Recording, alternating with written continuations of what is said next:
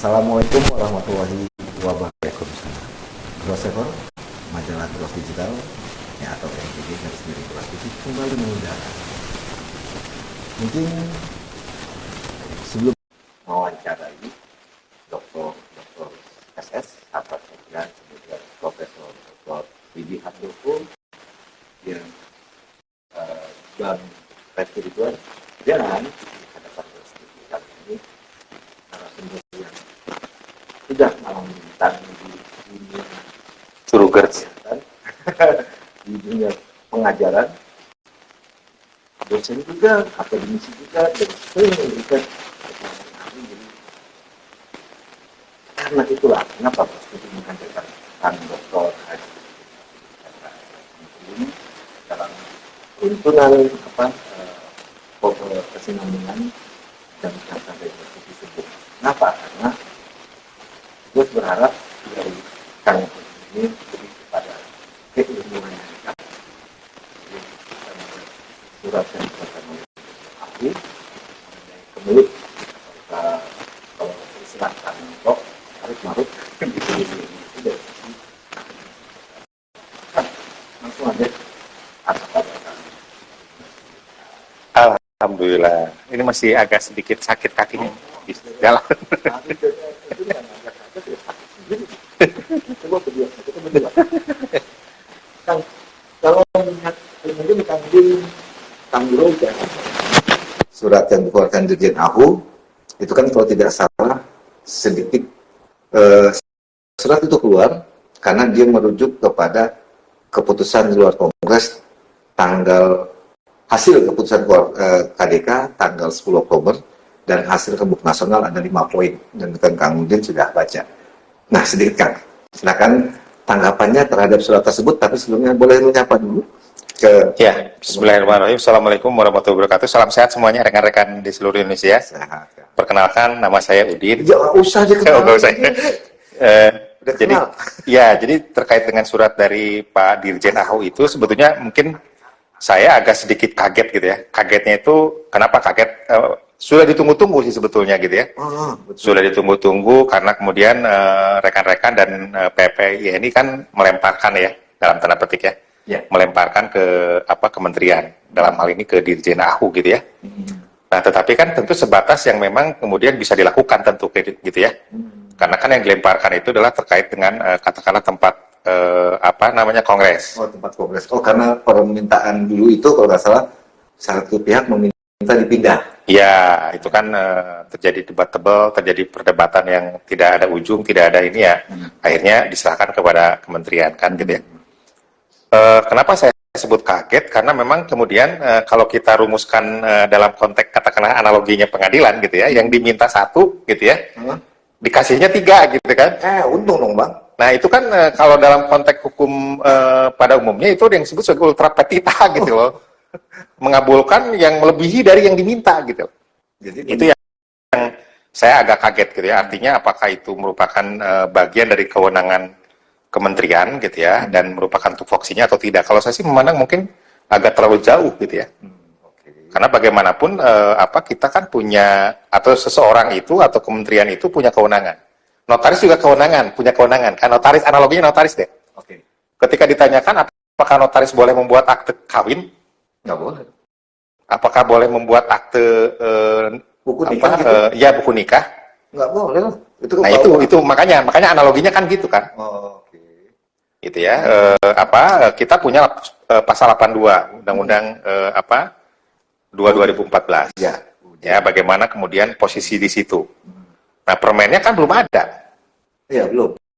Permen yang terkait dengan organisasi notaris kan gitu ya. Betul. Belum. Nah, ternyata kemudian kementerian dalam hal ini Dirjen AHU kan memutuskan seperti itu, memberikan surat kan ke INI gitu ya. Dan itu menurut saya adalah agak melampaui kewenangan. Tapi kan surat itu keluar untuk menyelesaikan permasalahan atau carut marut yang terjadi. Ya, yang saya pikirkan waktu itu ya, yang saya sampaikan waktu itu kalau tidak salah waktu wawancara terdahulu kan, oke, nggak ada masalah, itu kemudian disampaikan oleh kementerian gitu ya, tetapi kementerian tentu tidak boleh melampaui kewenangannya. Oh iya, betul, betul, betul. Artinya kalau kemudian, oke, misalkan di suratnya itu sebutin, kembalikan ke anggaran dasar anggaran rumah tangga. Ya sudah, beres dong. Itu tidak menimbulkan permasalahan. Ya mungkin potensi persoalannya menjadi lebih sedikit gitu loh. Berarti mengalahkan slogannya penggadaian dong. Menyelesaikan masalah dengan masalah. Salah. Ya khawatirnya itu ya, tentu kan pemahaman kita atau katakanlah pendapat kita terkait dengan persoalan itu juga tidak akan selalu sama kan. Kalau saya misalkan cenderung ya sudah selesaikan aja gitu loh. Selesaikan dan kemudian mulai dari nol kan gitu ya. Tapi apakah semua orang berpikiran itu kan tentu tidak bisa kita menggiring itu gitu. Betul, belum tentu. Nah, kalau dari kacamata keilmuannya, surat itu posisinya bagaimana? Ya surat itu kan tentu kalau kemudian ada yang merasa dirugikan atau katakanlah merasa bahwa ini nggak benar ya bisa mengajukan gugatan kan. Karena kan yang namanya warga negara gitu ya mempunyai hak ya, jadi equality before the law gitu ya, bersamaan kedudukannya di dalam hukum dan pemerintahan. Kemudian juga konstitusi negara kita juga menyebutkan bahwa ada kemerdekaan untuk berserikat dan berkumpul gitu ya. Undang-undang dasar. Ya, dan kemudian tentu tidak bisa kemudian diintervensi oleh pemerintah dalam konteks katakanlah berserikat dan berkumpul tersebut gitu ya. Dan kalau menurut saya kalau kemudian kita katakanlah mempedomani surat tadi gitu ya, seakan-akan kan pemerintah mengintervensi, ikut campur. Ya bagaimana kemudian katakanlah yang namanya kongres itu harus dilakukan dengan e-voting terbatas. Oke, harus. Ya, bagaimana? Ya harus kan disebutkan kan dalam surat itu kan. Iya. Bagaimana kemudian kementerian menyebutkan bahwa harus dilakukan perubahan anggaran dasar anggaran rumah tangga dalam jangka waktu 3 bulan. Oke. Nah, apakah itu merupakan bagian dari kewenangan kementerian, pemerintah dalam hal ini gitu ya? Ya, yang sementara kalau kemudian kita bicara tentang konstitusi negara kita, negara hukum atau negara kita itu adalah negara hukum. Bagaimana teori negara hukum itu kemudian dijabarkan dalam bentuk hal-hal yang kemudian dilaksanakan oleh pemerintah itu sendiri. Nah, itu yang menurut saya agak-agak terlalu, apakah itu merupakan... Itu kan, Kumham itu kan sebagai pembina. Ngerti, pembina itu kan tentu tupoksinya itu bukan kemudian masuk ke dalam intervensi, ke dalam konteks hal-hal yang bersifat materi dalam konteks organisasi dong. Oke, sebatas mana? Ya kalau katakanlah kita mempedomani ketentuan terkait dengan harus ada organisasi, ya organisasi ada dong. Iya, pasal 1 kan jelas. Iya. Ayat 1-nya kan jelas. Ya, ada organisasi, Ikatan Notaris Indonesia. Nah, Ikatan Notaris Indonesia ya sudah silakan kelolalah oleh organisasi kan gitu ya. Tapi pengelolaannya itu kan tidak kemudian melibatkan kementerian dong. Walaupun di pasal 5-nya itu jelas. Permennya kan ada nggak? Oh iya sih, permennya belum ada ya. Makanya permen itu harus ada, baru kemudian kita bisa ngukur gitu loh. Selama itu belum ada, tidak bisa diukur. Ya, ukurannya apa? Nah, berarti kalau surat ini lebih mencantolkan kemana dong, kalau secara teoritisnya? Ya, kalau dilihat dari surat itu kan disebutkan kementerian sebagai pembina kan. Nah, pembina atau pembinasaan itu kan. Nah, kalau saya sih lebih cenderung kalau kemudian udah seperti ini kan gitu ya, kembali lagi ke anggaran dasar rumah tangga sebetulnya gitu ya, jangan sampai kemudian, waduh, ini potensi digugatnya menjadi cukup terbuka lebar gitu loh. Oke. Karena gugatan itu kan bisa gugatan dalam konteks perdata gitu ya, perbuatan melawan hukum, dan kemudian juga bisa dalam konteks ke PT UN, walaupun kalau kemudian itu dilakukan gugatan ke PT UN gitu ya terkait dengan surat tersebut kan memerlukan proses. Prosesnya adalah misalkan dengan surat tersebut kita atau orang yang merasa dirugikan mengajukan keberatan kepada menteri, ke kementerian. Di awalnya? Iya. Mengajukan surat dalam artian apa nih?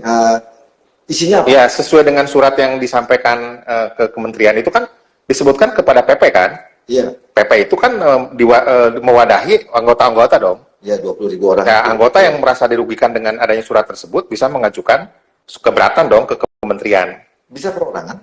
Ya, perorangan nggak ada masalah. Yang merasa dirugikan. Kan dalam konteks MK ya, dalam konteks MK suatu undang-undang itu bisa diajukan oleh seseorang kan. Kalau ada yang merasa dirugikan dengan hak konstitusionalnya. Nah, demikian juga dengan ini gitu loh. Walaupun tadi saya sebutkan bahwa seseorang, misalkan warga negara Indonesia yang kemudian adalah notaris gitu ya, sebagai anggota Ikatan Notaris Indonesia, merasa dirugikan dengan surat ini, ya tinggal mengajukan gugatan, tapi terlebih dahulu dia harus melakukan keberatan terkait dengan adanya surat ini.